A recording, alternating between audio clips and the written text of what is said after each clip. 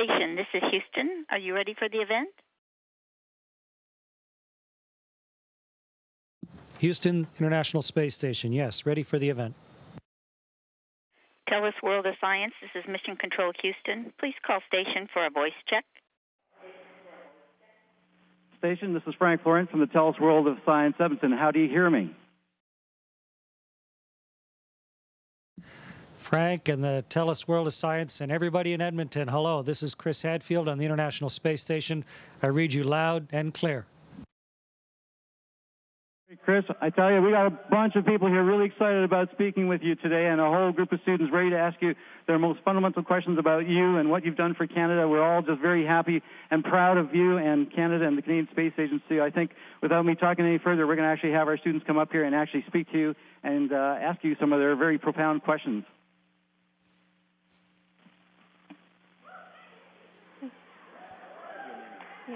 Hi, I'm Megan. I'm in grade 9. How has your life on board the space station been different from your life on Earth?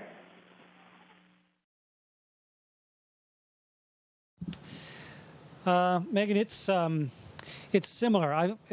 Life is busy. I'm sure it's busy for you. It's very busy as an astronaut. But there are a couple of big differences here. Here it's not only busy, but it's magic. Because I can just do this if I feel like it. And I can stand on the wall. And so you suddenly can do things that just are impossible on Earth. And that layer of magic makes life very different. The way you move and the way you even think about moving. And then the other thing that's different is right now we're in the darkness, but what you can see when you float over to the window, Megan, you could just glance out the window and see all of Europe. Or when you're over top of Edmonton, you can see all the way to southern Ontario and all the way to the Pacific Ocean. And you get to see the whole world and start thinking of it, because we go around it in 90 minutes. You think of it as one place. So it's a busy life, which is like being on Earth, but then there's this added layer of magic and wonderful beauty out the window. So it's like life, only magnified and glorified. It's wonderful. My name is Anne Germain, and I am in grade 9. Did being in the Royal Canadian Air Force affect your becoming an astronaut? And if so, how? Hi, Anne. Yes, it did, of course. Astronauts generally need to have 3 things. Number 1, you need to be fit and be able to pass a really hard physical exam. Number 2, you need to have an advanced education to prove that you can learn complicated things. And number 3, you have to have proven that you can make good decisions when it matters. And so the Canadian astronauts have come from all different backgrounds: medical doctors, engineers, physicists. But I chose to be an engineer, pilot, and a military pilot.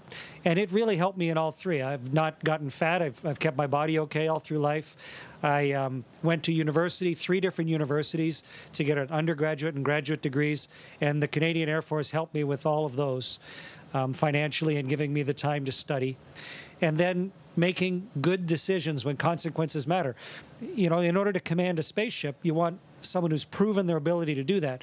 And so operating complicated machinery, my country trusting me to defend them as necessary, and being a test pilot, I think really helped get me there. There's lots of different ways to achieve your dreams, but the particular path that I chose worked for me, and it's one that's open to all Canadians. Hello, my name is Ayla. I'm in grade 9, and my question for you is, do astronauts ever get sick or ill aboard the ISS? Ayla, when we first get to space, we feel sick. Your body's really confused. And so, you know, you're dizzy, your lunch is floating around in your belly because you're floating, and what you see doesn't match what you feel. So you want to throw up. So how do you throw up if you get sick in space? Oh, the sun's starting to come up. So here's an astronaut barf bag right here. So let's say you're about to throw up in space. Quick, you get your barf bag open. And now think about what happens on Earth when you throw up. Now that'll be okay. You throw up and you have a bag of something horrible, and then you throw it away. But in space, if I throw up in this bag, what am I going to do with it? This bag has to stay with me in space for months. So we want a really good barf bag. So we have one that will really protect us. And this one has a liner in it so that when you throw up into it, you can clean your face off, and then you can push everything inside, and then it comes with its own Ziploc to put inside the Ziploc, and then you can throw it down into the wet trash. So yes, astronauts do occasionally get sick in space, but we have special barf bags to deal with it. I'm just going to close the shutter because it gets a little bright behind me. Next question. Hi, I'm Ashley, and I'm in grade 9, and my question is, how does being in space for so long affect your body?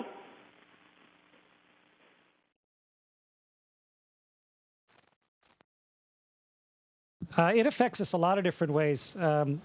It affects your bones, your muscles. But one of the ways that we're learning recently is it affects your vision. We don't understand why, but it makes some people's vision worse. And we're studying it and trying to figure it out. So we have a lot of new equipment on board just to test and understand our vision. One of the things we have is a tonometer. This is actually like a pressure gauge that you touch to your eyeball. We put drops, it's weird to put drops in your eyes with no gravity. You sort of touch the little drop thing to your eyeball. It spreads over your eye.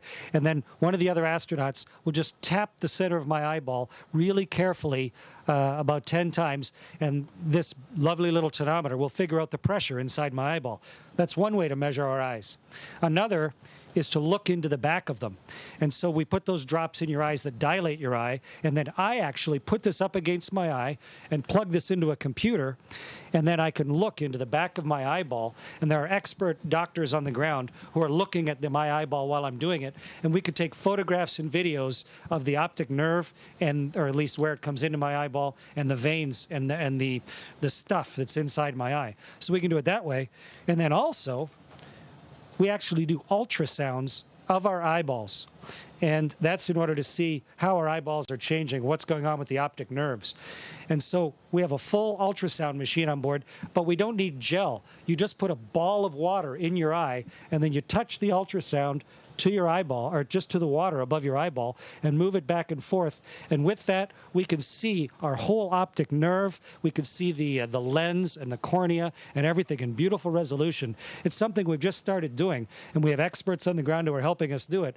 But with all of these things, we're trying to figure out how the human body works and what controls vision and how it changes when you take away something as simple as gravity. We're learning more about eyeballs, but we're also learning more about how to stay in space permanently. So if you go to Mars, you won't show up there with bad vision. Hi, Josh, grade 10.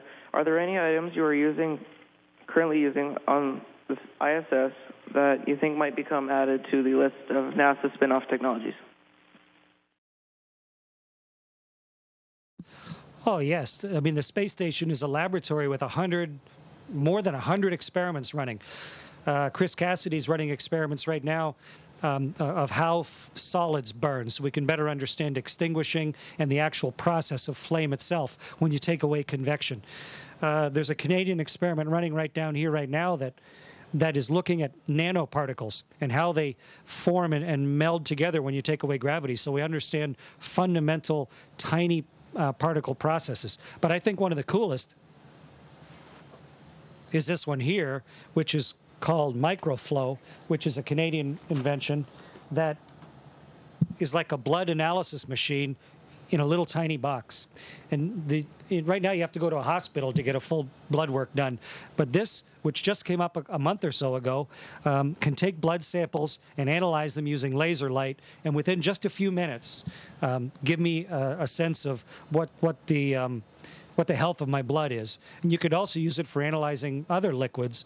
And so think about what all this could do all across Canada, where in a remote community, you don't have to fly someone to the hospital, or you don't have to have a big hospital staff in a small town. But in fact, this type of machine could help people analyze their blood right close to where they are. So there's all kinds of stuff going on board, and Canadian inventions are right in the thick of it. Hi, my name is Antonio, grade 9. How is working with all the other astronauts aboard the space station like? Does language pose a problem?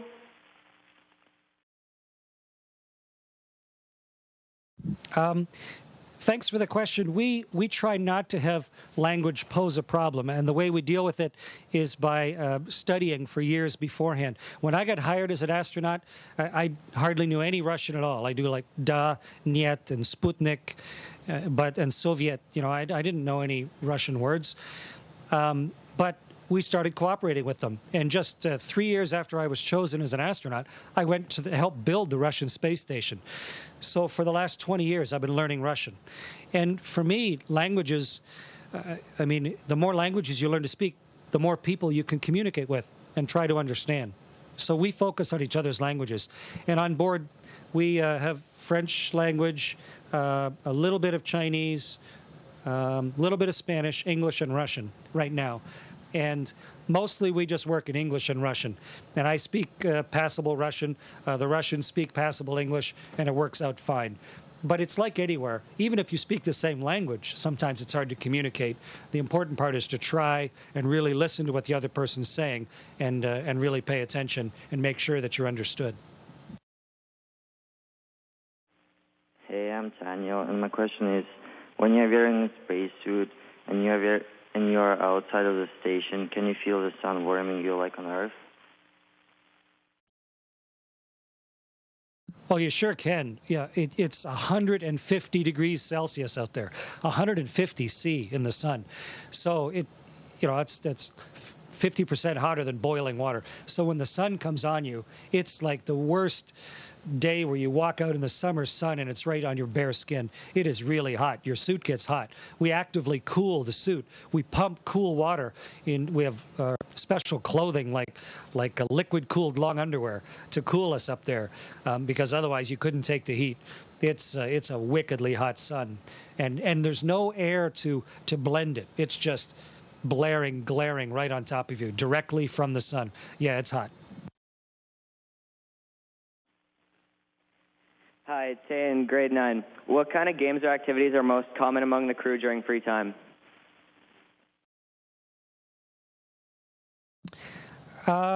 We work a lot, and when we don't have work to do, a lot of the time we just go to the window because the world is more beautiful than you can imagine, more beautiful than I can imagine. I'm looking at it all the time.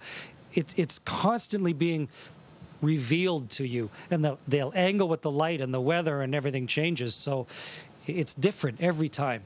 So that's one of the things we do. We're playing Scrabble. We have a Scrabble game going up on the roof or the ceiling of one of the modules, and a lot of people are musicians as well. And Tom and I both are musicians, and Pavel Vinogradov in the Russian segment. So we have a guitar and a ukulele and a keyboard on board, and so a lot of the time in our spare time we play music. So there's no shortage of things to do, and when you have the world at your window, it's even hard to go to sleep at night. Hi, I'm Megan from grade 8, and I was wondering, what do stars look like from outer space?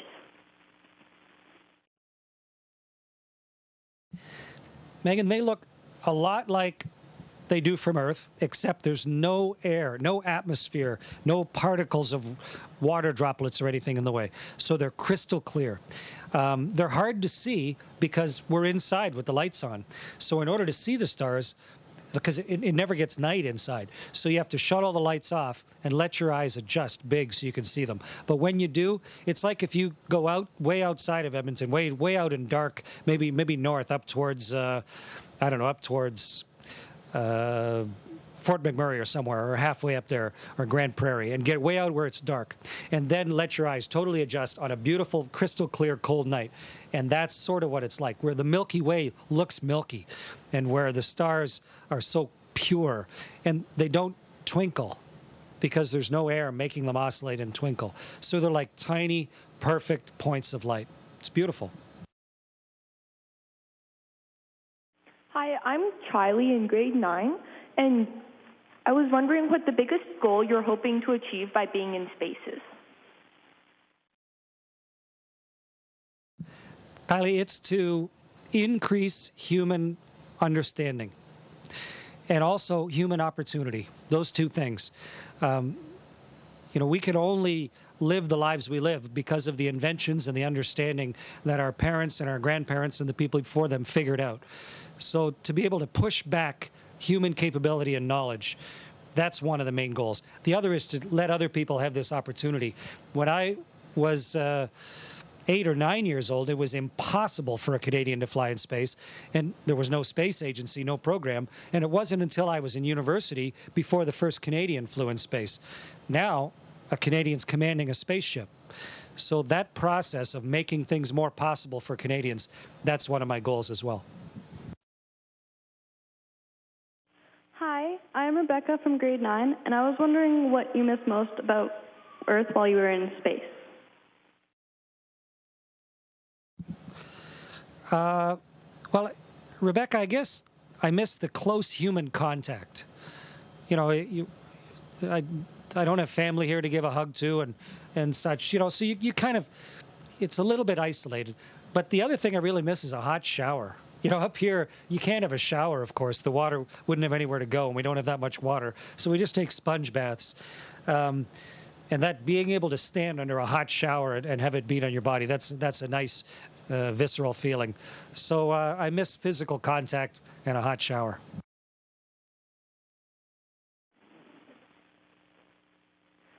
Hi, my name is Connor, and I'm in grade 9. And my question is, how do you sleep in space? Connor, we have to choose what time of day, so we choose English time, like Greenwich time in London, England. And then because we had to choose some time, and that's halfway between Moscow and Houston, where our main mission controls are. So we kind of split the difference. But when it's time to go to sleep, you get your sleeping bag. Here's mine. And you can see it has strings hanging from it. So I'm just going to show you what it's like to climb into a sleeping bag in weightlessness. And then I'll talk to you again. Maybe I'll be able to yell at you while I'm talking. So you just get yourself nice and stable, and you float down into your sleeping bag.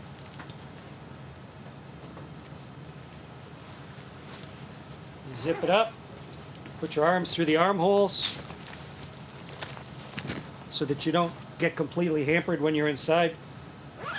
And then you just tie it on those 4 little strings on the back to the wall, and then when you want to go to sleep, you just relax. And you can relax every muscle in your body. Your head tips forward, your arms float up, and your legs float up, and you can just drift off beautifully to sleep. You don't have to roll over, and you don't get a hot spot, on your shoulder, and you don't need a pillow because you don't have to hold your head up. So sleeping in space is beautifully relaxing with every muscle completely relaxed until you wake up the next morning. All you need to do is just tie yourself to the wall so you don't float away and bump into something.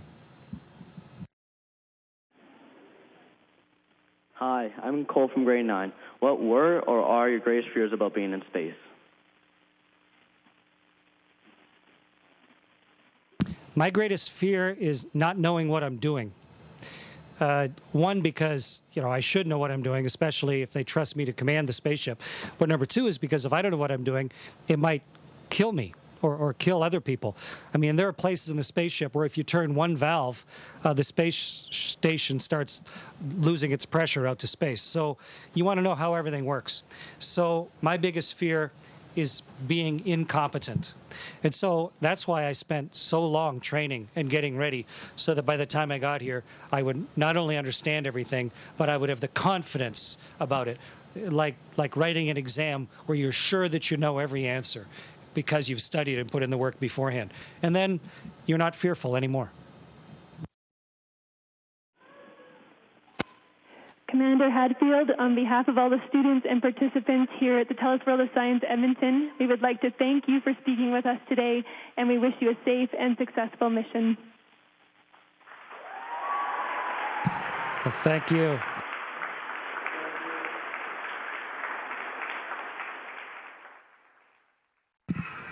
Thank you very much. It's been great talking to you. Everybody enjoy the day. And I know there's some specialists from the Canadian Space Agency there to answer questions for you as well. So bye-bye, and I look forward to my next trip to Edmonton. See ya. Thank you. The station, this is Houston ACR. That concludes the event. Thank you. Thank you, TELUS World of Science Station. We are now resuming operational comm, and I have one thing for you, Chris, when you're ready.